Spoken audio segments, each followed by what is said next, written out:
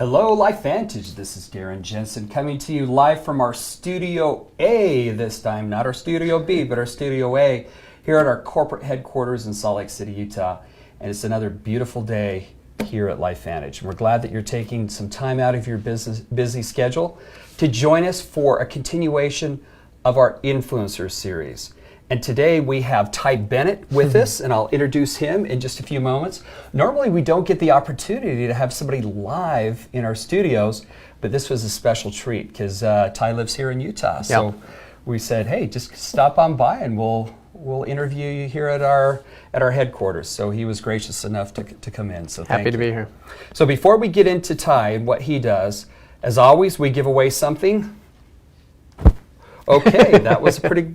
That was Grace probably back there throwing, because Brady would have never thrown something into my face like that. But all right, Brady, bad throw. But anyway, we've got a T-shirt, one of our biohacking T-shirts. This is a nice red one. I like this one, and it's my size. I like it, so dibs on this one. But if you'd like to get into the drawing for it, make sure that you put down your name, your city, your state, country where applicable, into our comment section. And we'll get you into the drawing for this cool biohacking shirt. So make sure you put down that information.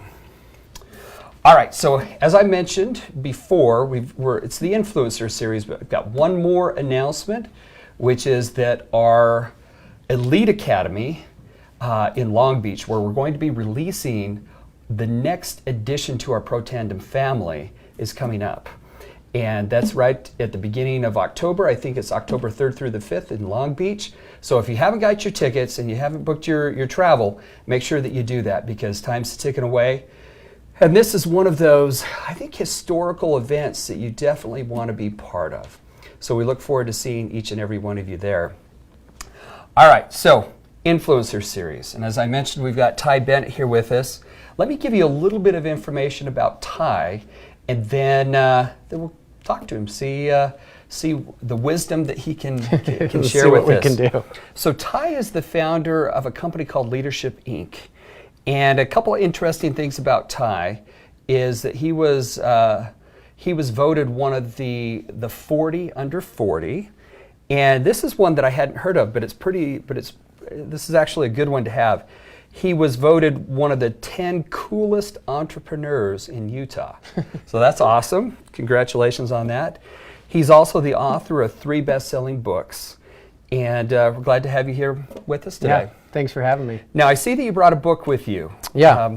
Actually, since we're giving away stuff, we might as well give this away. And what is it? What's the name of the book? So this is my latest book. It's called Partnership is the New Leadership. We'll dive into some of these concepts, I'm sure, but I'll sign it. I don't mean to brag, but my signature goes for like 13 cents on eBay. Well, so, you never know.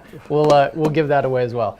All right, so we have a shirt, and we also have Ty's new book. So make sure you put down your name, your city, your state into the comments section, and we'll get you into the drawing for a signed copy of Ty's new book.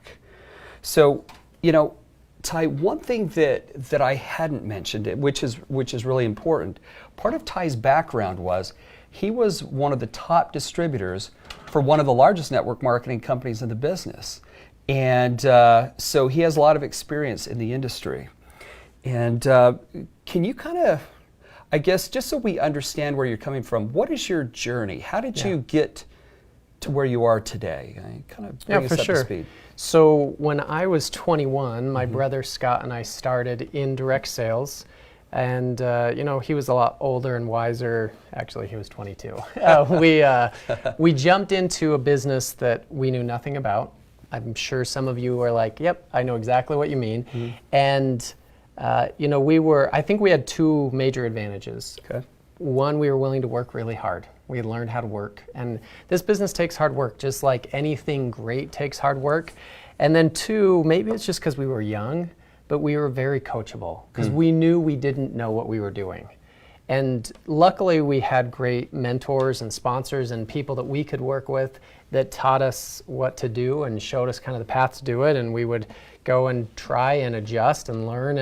And I'd love to say that business took off like a rocket, but it didn't. We had ups and downs of building that business just like everybody has ups and downs in this business. And that's one of the things about this business that I love and I hate, and you'll probably understand what I mean when I say that, is you can go from the highest high to the lowest low, like just in a matter of seconds. But the hope that you can hold on to is that in this business, you're always one person away from your business completely changing, right? It just the right contact at the right time, the right person joining your team, the right story that just catches wildfire, whatever it is. It's just, it can change instantly and start to grow. Well, from the progression standpoint, I became the youngest $1 million earner in that company's history. Congratulations. The youngest $5 million earner. We built a very large organization all over the world, and in the process of doing that, I spoke in a lot of places. What I fell in love with the most in this business was the leadership development, was the working with people, inspiring people, speaking from stage, and so that's led me now to writing several books, and I give keynotes for all sorts of different companies in different industries. Some in this industry, but I work with other companies in Delta Airlines and Remax and Subway and all sorts of different groups. And so, I do about 100 keynote speeches a year now. And that's a lot of speeches. Yeah, I enjoy it. Yeah. It's fun to be able to share some ideas and insights and hopefully inspire some people to make some changes in how they can go about and be an influence for good. And so it's enjoyable. So, from a distributor standpoint, typically, one of the most important questions we ask is, and that distributors have to identify, is what their why is. What drives them. And I'm sure that as you've aged and that your career has progressed, that your why may have evolved. What is your why today? What drives you? I think that process of evolution is important to recognize because, when I joined at 21 years old, to be honest, my why was I want to make some money. That was literally it. That's about as far as I thought. But then as I started to understand the business better, it became more about freedom of time and financial freedom. But for me, what I recognize, what I value most are two things. I value growth and I value contribution. Those two things are driving forces in my life. They dictate the choices I make. They dictate where I spend time. And so for me, constantly learning, growing, creating content, trying to stay relevant and a voice that can add thought leadership to different industries requires growth on my part, and it pushes me, and I love that.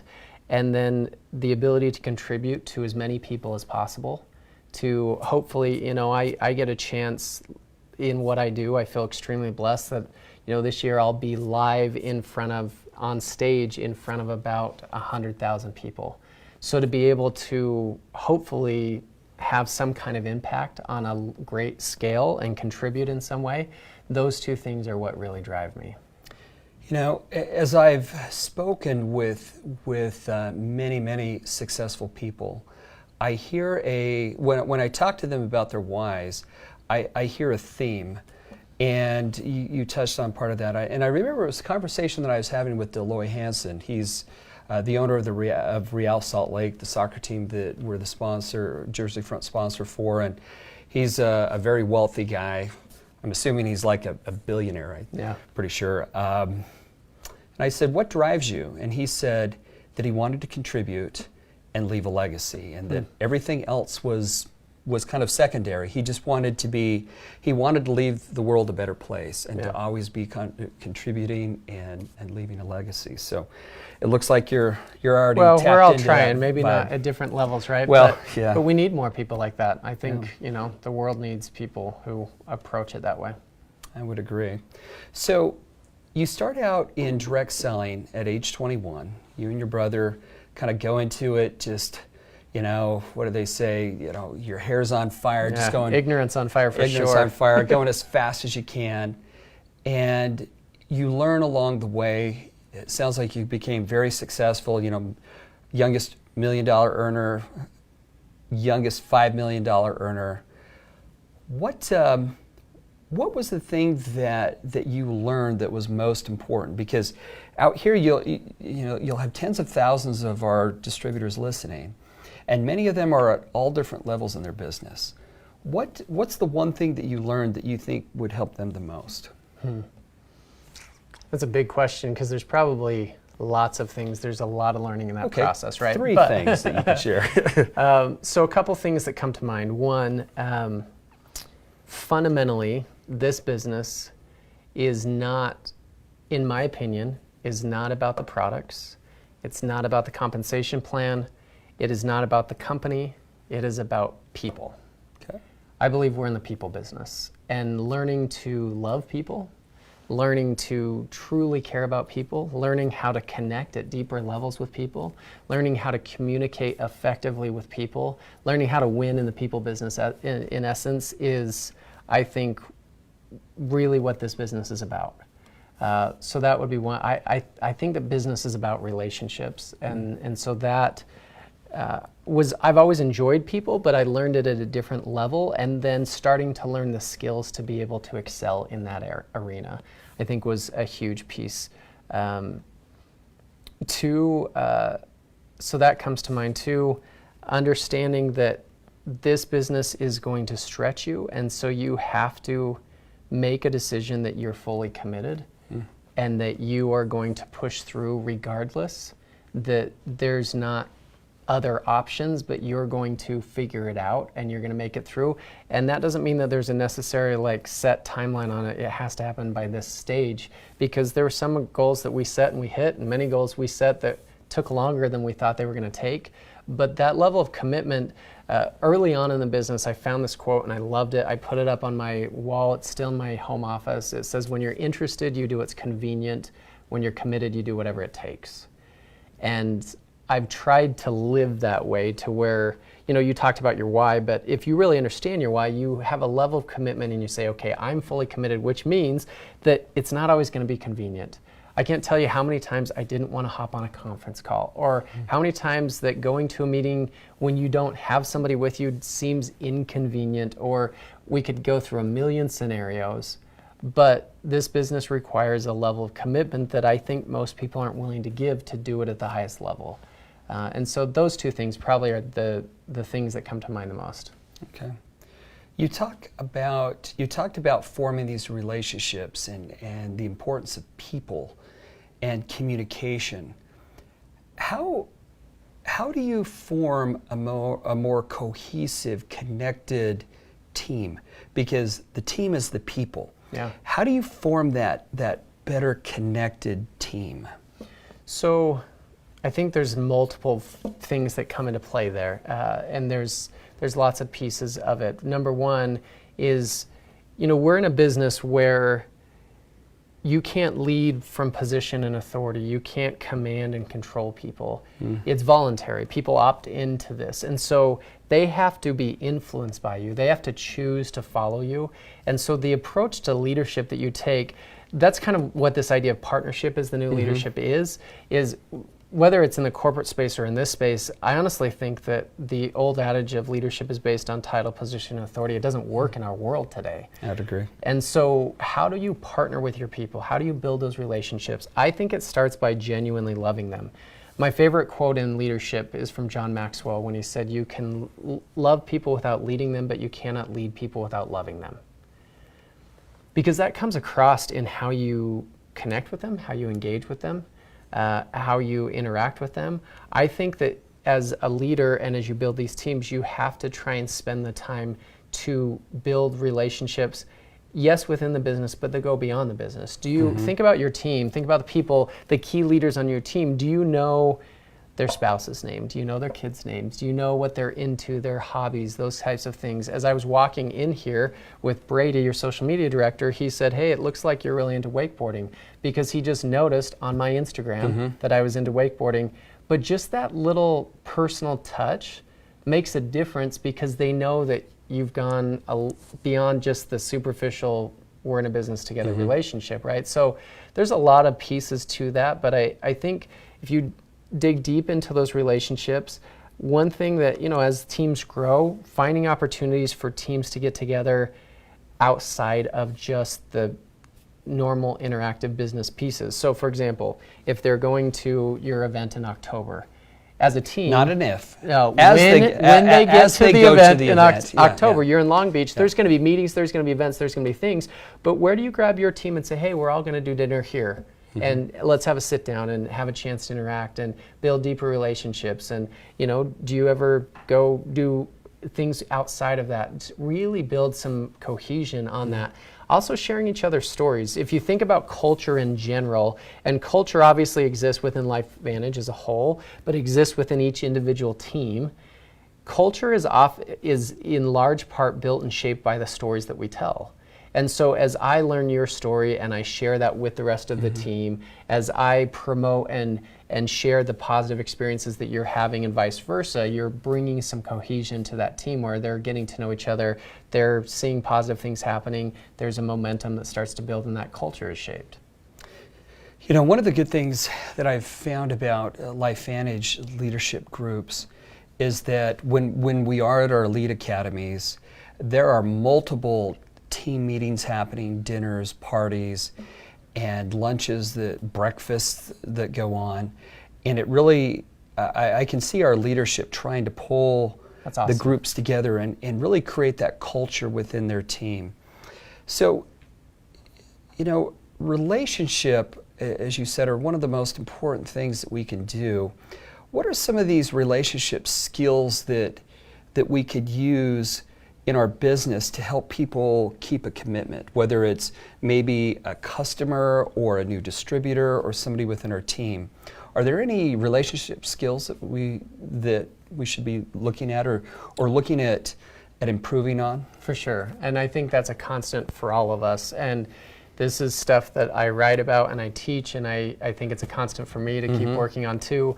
My first book is called The Power of Influence, and the whole premise of that book was jumping into some of these relationship skills. So I'll share maybe just two ideas. One is to focus on being interested, not interesting. Because you think about most of us, we want to stand out. We want people to like us and want to talk to us, and we want to be interesting, but that focus is all on us. When you shift that focus to being interested, you ask more questions, you listen more, you're engaged at a different level, there's a curiosity there, you're not distracted, you're not constantly having conversations where you're looking at your phone. Like, you're engaged at a different level, and because of that, you grow in their eyes. I remember very early on in our business, I recruited what I thought was going to be, I was in the process of recruiting what I thought was going to be like the biggest distributor ever, right?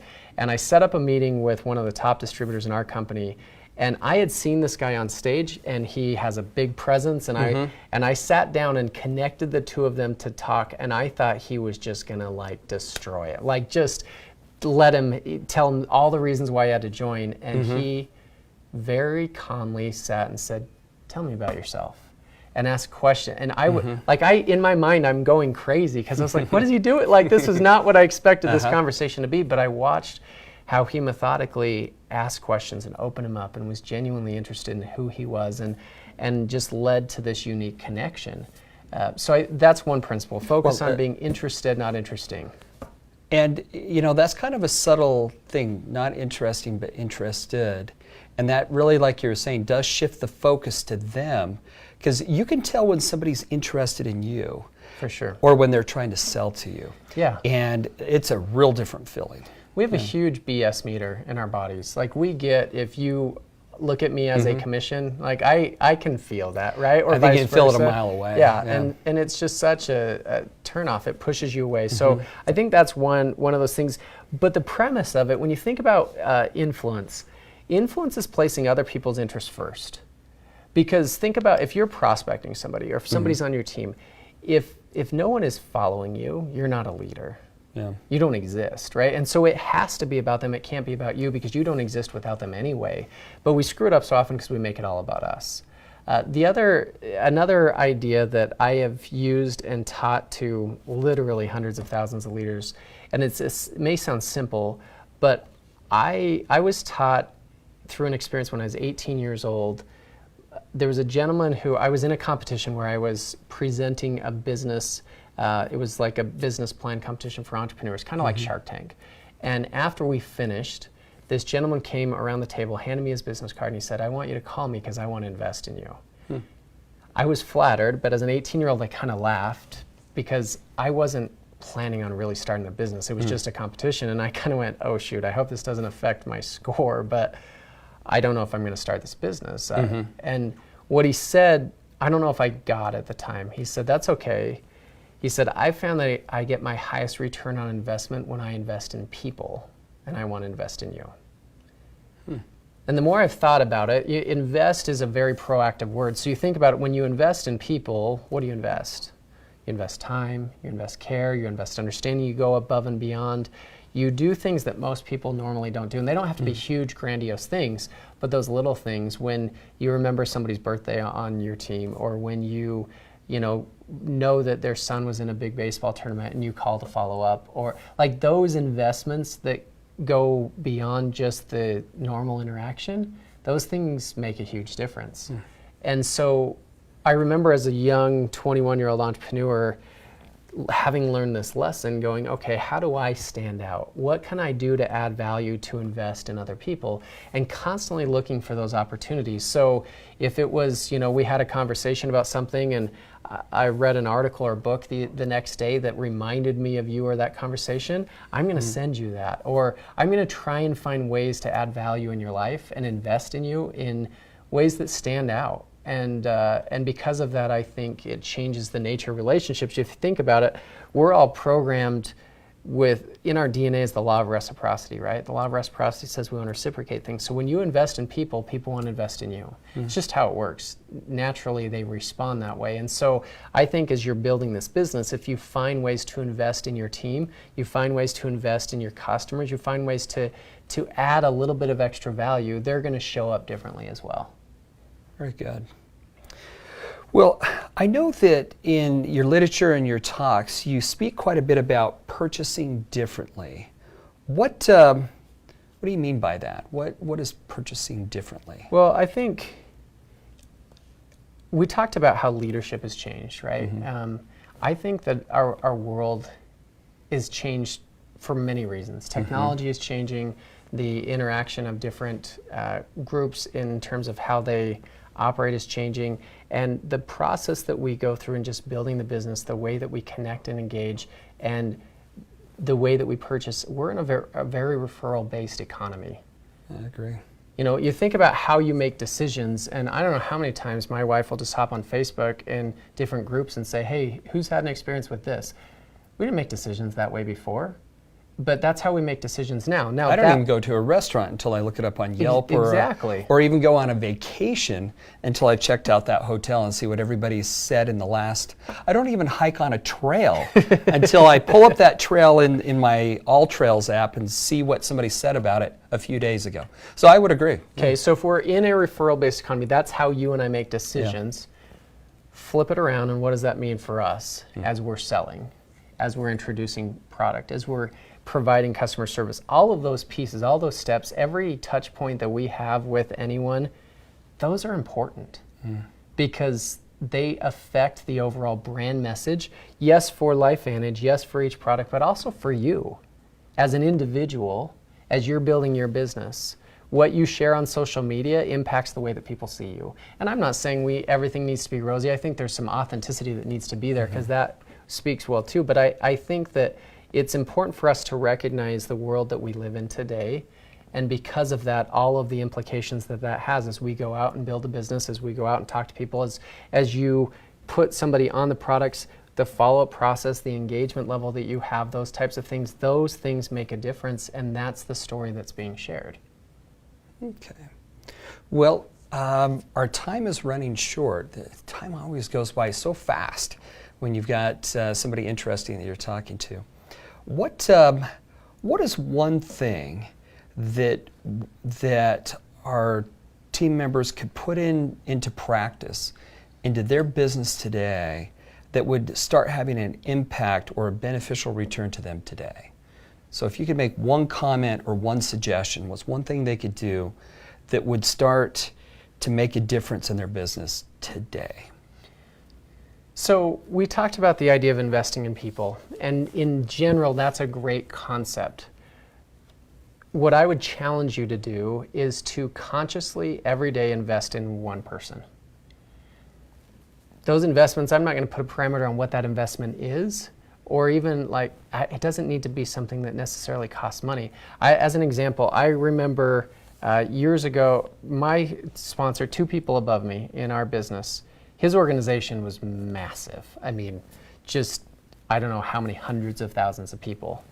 He would every day go through his genealogies, and he would call 5 people that he had either didn't know or hadn't talked to in quite a while, just to touch base. And I can't tell you how many times I got a phone call from somebody on my team that would say, you won't even believe who just called me. Like, just because he was like a legend, right? And he would, but every day he would invest in people. Just reach out and just say, hey, how you doing? Touch base with them. And sometimes it would be in a phone call, sometimes it would be in other means. But if you were to consciously invest in one person every single day, it would change the nature of the relationships that you have in your business and in your life. Doesn't just have to be in your business. Obviously, there's other people in your life that you're going to want to reach out to and invest into. But in doing that, you're going to see a huge return on that investment. That's a good one. I think I'll put that into practice today. Invest 5 people a day. All right, will do. Awesome. Now, just as a reminder, Ty said that he was going to be giving away a signed copy of his book. The partnership is The New Leadership by Ty Bennett. You can see that. Where else can they buy your book? Amazon, or my website's tybennett.com. You can see all of my books on there, and this book's on Audible and stuff too. So great. So look out for it on Audible, Amazon, and also on tybennett.com. That's Bennett, and Ty spelled Ty. Take a look at it for there. Grab the book. And Ty, thank you for being with us Thanks today. For it's a pleasure. This was fun. It's great having good people live nearby the corporate offices that they can swing by and we can meet them in person. Just as a reminder, again, we've got our Elite Academy coming up on October 3rd through the 5th in Long Beach, California. So make sure you get your tickets, make your hotel reservations, because it is a historic conference for us. We're going to be releasing the next member of our Pro Tandem family, and it's going to be something you're not going to want to miss. So from Ty and myself here at our corporate offices, we hope you have a wonderful day, and thank you for spending some time with us. We'll catch you later. Bye.